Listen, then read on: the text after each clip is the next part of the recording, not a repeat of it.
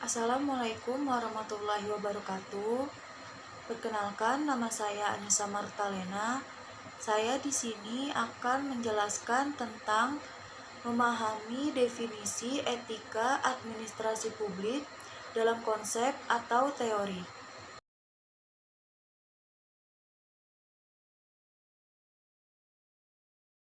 Definisi administrasi publik. Sebelum kita masuk pada definisi etika administrasi publik, terlebih dahulu kita akan mengulas kenapa pemerintah bicara dan memproduksi etika. Padahal, tugas pemerintah adalah memproduksi barang dan jasa publik, seperti transportasi, keadilan, udara bersih, mengentaskan kemiskinan, dan berbagai kebutuhan publik yang memang tidak bisa diserahkan kepada swasta. Namun, mengapa kemudian banyak pihak yang berpandangan bahwa praktik pemerintahan yang memegang teguh etika sangat penting? Jawabannya adalah karena tanpa tata kelola yang memperhatikan etika etis, maka penyediaan barang dan jasa tidak akan berjalan dengan baik dan efektif. Dampak dari tidak adanya penggunaan etika dalam pelayanan publik antara lain, tidak semua produk dan jasa pemerintah dapat dirasakan oleh masyarakat yang membutuhkan. Dengan kata lain, etika menjadi instrumen yang penting dalam mencapai tujuan. Dalam istilah Menzel tahun 2007, kebijakan publik tidak akan dapat dicapai dalam kekosongan etika, tersebut etika vakum. Menurut Dwianto tahun 2000, beberapa alasan mengapa etika pemerintahan penting untuk diperhatikan dalam pengembangan pemerintahan efisien, yaitu: pertama, masalah-masalah yang dihadapi oleh birokrasi pemerintah di masa mendatang akan semakin kompleks. Modernitas masyarakat yang semakin meningkat telah melahirkan berbagai masalah-masalah publik yang semakin banyak dan kompleks dan harus diselesaikan oleh birokrasi pemerintah. Misalnya, dalam kasus pembebasan tanah, pilihan yang dihadapi oleh pejabat publik biasanya dikotomis dan dilematis. Mereka harus memilih antara memperjuangkan program pemerintah dan memperhatikan kepentingan masyarakatnya. Masalah-masalah yang ada dalam gray area seperti ini akan semakin banyak dan kompleks seiring dengan meningkatnya modernitas masyarakat.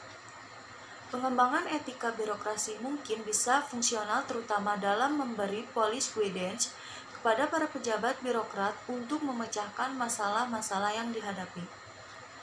Kedua, keberhasilan pembangunan yang telah meningkatkan dinamika dan kecepatan perubahan dalam lingkungan birokrasi. Dinamika yang terjadi dalam lingkungan tentunya menuntut kemampuan birokrasi untuk melakukan penyesuaian agar tetap tanggap terhadap perubahan yang terjadi dalam lingkungannya. Etika publik merupakan refleksi tentang standar atau norma yang menentukan baik atau buruk, benar atau salah perilaku, tindakan dan keputusan untuk mengarahkan kebijakan publik dalam rangka menjalankan tanggung jawab pelayanan publik. Terkait dengan hal tersebut, ada 3 fokus utama dalam pelayanan publik, yakni: 1. Etika publik menekankan pada upaya untuk menciptakan pelayanan publik yang berkualitas dan relevan. 2. Sisi dimensi reflektif, etika publik berfungsi sebagai bantuan dalam menimbang pilihan sarana kebijakan publik dan alat evaluasi yang mempertimbangkan konsekuensi etisnya. 3. Modalitas etika, menjembatani antara norma moral apa yang seharusnya dilakukan dan tindakan faktual. Bicara mengenai etika publik tidak bisa hanya berhenti pada norma moral, tapi juga harus memperhitungkan dimensi etika publik. Adapun etika publik memiliki 3 dimensi, yaitu: 1. Dimensi kualitas pelayanan publik. Tujuan etika publik menekankan pada aspek nilai dan norma serta prinsip moral, sehingga etika publik membentuk integritas pelayanan publik.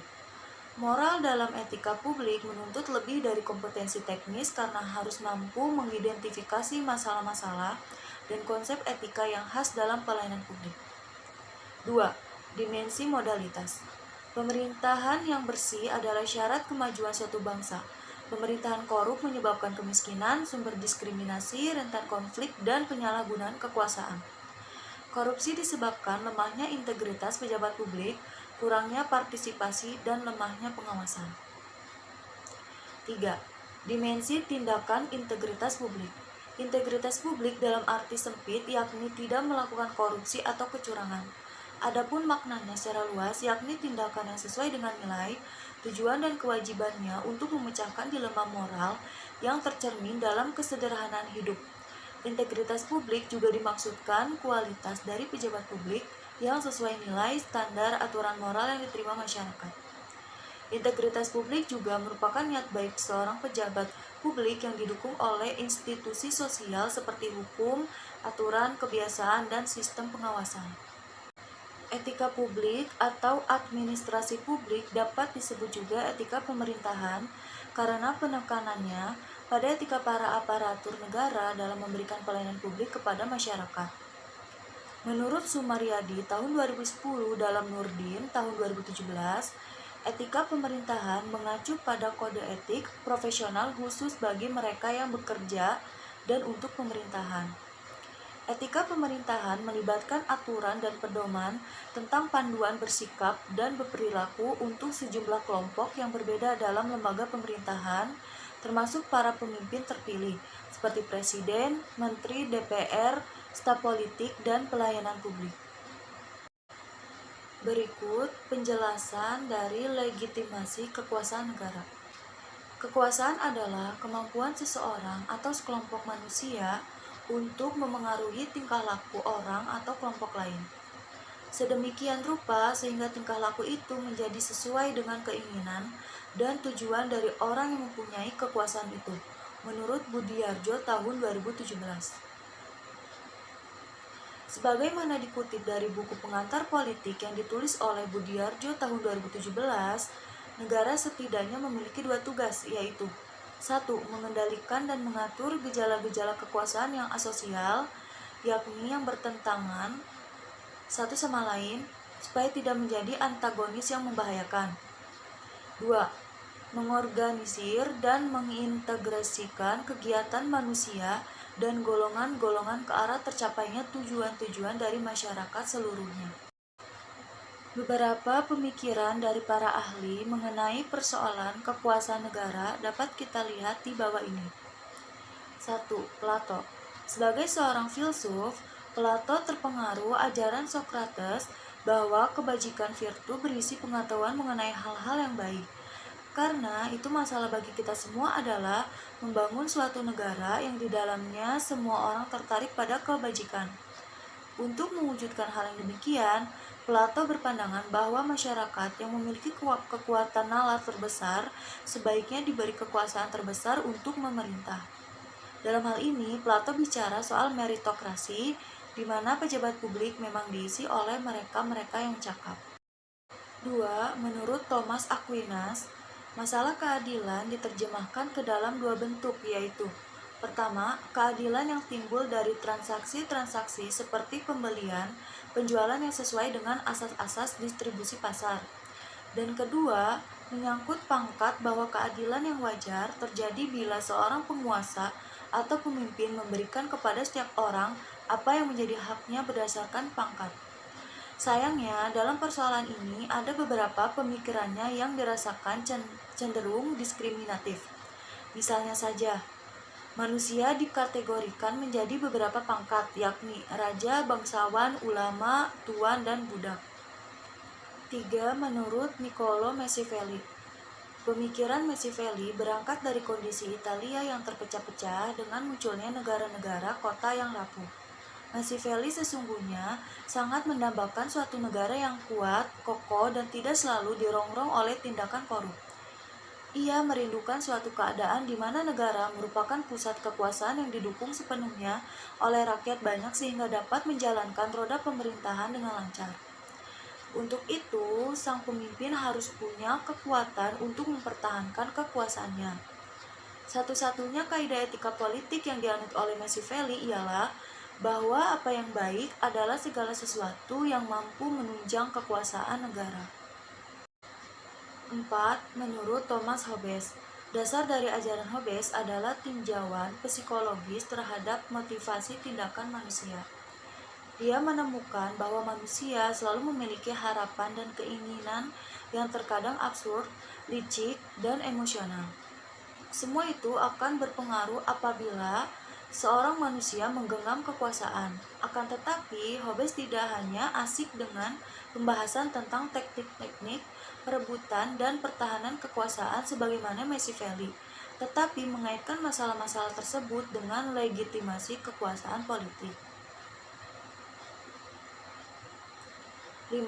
Menurut Jean-Jacques Rousseau, dia berusaha mendefinisikan kembali keprihatinan moral dalam komunitas moral sehingga dia mewakili sudut pandang alternatif yang memberikan kekuasaan yang besar kepada komunitas sebagai satu keseluruhan. Jadi, berbeda dengan Hobbes yang memandang ketertiban berada pada seorang penguasa tunggal, raja yang berdaulat. Rousseau memandang ketertiban yang dihasilkan sebagai akibat dari hak-hak yang sama. Berikut penjelasan legitimasi sosiologis dan legitimasi etis. Legitimasi atau keabsahan adalah keyakinan dari anggota masyarakat bahwa wewenang yang ada pada seseorang, kelompok, atau penguasa adalah wajar dan patut dihormati. Maksud dari kewajaran adalah bahwa pelaksanaan wewenang tersebut sudah sesuai dengan asas-asas dan prosedur yang diterima secara luas dalam masyarakat. Ada dua legitimasi, yakni legitimasi sosiologis dan legitimasi etis. Legitimasi sosiologis mendasarkan pada adanya sekelompok orang atau masyarakat yang merelakan sebagian haknya untuk diberikan pada orang lain. Dalam konteks ini, melalui institusi yang bernama negara untuk menentukan dan melaksanakan kebijakan-kebijakan yang menyangkut kehidupan masyarakat. Legitimasi etis bukan sekedar menyangkut opini masyarakat mengenai keabsahan seseorang dalam kekuasaannya, bukan pula hanya berkaitan dengan tatanan hukum tertulis yang berlaku di dalamnya. Menurut Max Weber, tahun 1967, dalam Kumorotomo tahun 2014, ada 3 bentuk legitimasi sosiologis, yaitu 1. Kewenangan tradisional, 2. Kewenangan karismatik, 3. Kewenangan legal rasional. Beberapa ciri yang spesifik mengenai legitimasi etis yaitu 1. Kerangka legitimasi etis mengandaikan bahwa setiap persoalan yang menyangkut manusia hendaknya diselesaikan secara etis termasuk persoalan kekuasaan. 2. Legitimasi etis berada di belakang setiap tatanan normatif dalam perilaku manusia. Berikut penjelasan filsafat normatif bagi aparatur. Berbagai teori filosofis yang sering dijadikan landasan, baik itu yang berasal dari hukum abadi, naturalisme, teori utilitarian, teori deontologis, individualisme, maupun teori kebebasan pribadi, ternyata tidak selalu memuaskan untuk memecahkan semua persoalan. Terdapat kaidah umum yang masih bisa diikuti. Pertama-tama, dalam memutuskan persoalan, hendaknya memperhatikan pertimbangan normatif yang menuju kepada kebaikan bersama. Setelah itu, seorang administrator hendaknya selalu mawas diri untuk melaksanakan tugas-tugas kenegaraan sebagai kewajiban yang harus mengangkat harkat kemanusiaan. Nilai-nilai normatif yang juga wajib dianut oleh para administrator juga berkenaan dengan konsep keadilan. Konsep tentang keadilan sosial, social justice, mengharuskan distribusi pelayanan sosial terhadap setiap unsur masyarakat secara adil. Para administrator wajib mengupayakan dengan sungguh-sungguh agar pelayanan publik terlaksana secara adil kepada setiap warga tanpa memandang status, golongan jabatan, atau pangkatnya. Selanjutnya, beberapa pedoman yang bisa diikuti untuk dapat berperilaku dan bertindak secara adil menurut beberapa rumusan atau pendapat filsuf adalah 1. Dorongan batin yang tetap untuk memberikan kepada setiap orang apa yang semestinya. 2. Tidak sewenang-wenang dan tidak membeda-bedakan orang. Landasan yang penting lainnya yaitu kesediaan para administrator untuk mempertanggungjawabkan tindakan keputusan yang dibuatnya. Dimok dan Koenig mengatakan, every delegation of power to an agent must be accompanied by a corresponding degree of accountability. Apa yang disampaikan oleh Dimok dan Koenig tersebut berkaitan dengan aspek pertanggungjawaban dari para administrator publik terkait dengan keputusan-keputusan yang dibuat. Aparat birokrasi juga harus memberikan pertanggungjawaban kepada masyarakat luas sebagai unsur pokok yang mesti dilayani. Sistem pertanggungjawaban masyarakat societal accountability ini mungkin tidak tertulis dalam kodifikasi perundang-undangan. Namun inilah yang menentukan baik buruknya kualitas birokrasi serta wibawa organisasi secara keseluruhan. Sekali saja seorang pejabat menyimpang dan gagal mempertanggungjawabkan perbuatannya, seketika itu hancurlah kepercayaan masyarakat kepadanya. Dan akibat lainnya adalah administrator akan diasingkan dari pergaulan, dikucilkan dari masyarakat, dan lain-lain. Terima kasih, itu saja yang bisa saya sampaikan. Kurang lebihnya mohon maaf bila ada perkataan yang salah karena manusia tidak luput dari kesalahan. Assalamualaikum warahmatullahi wabarakatuh.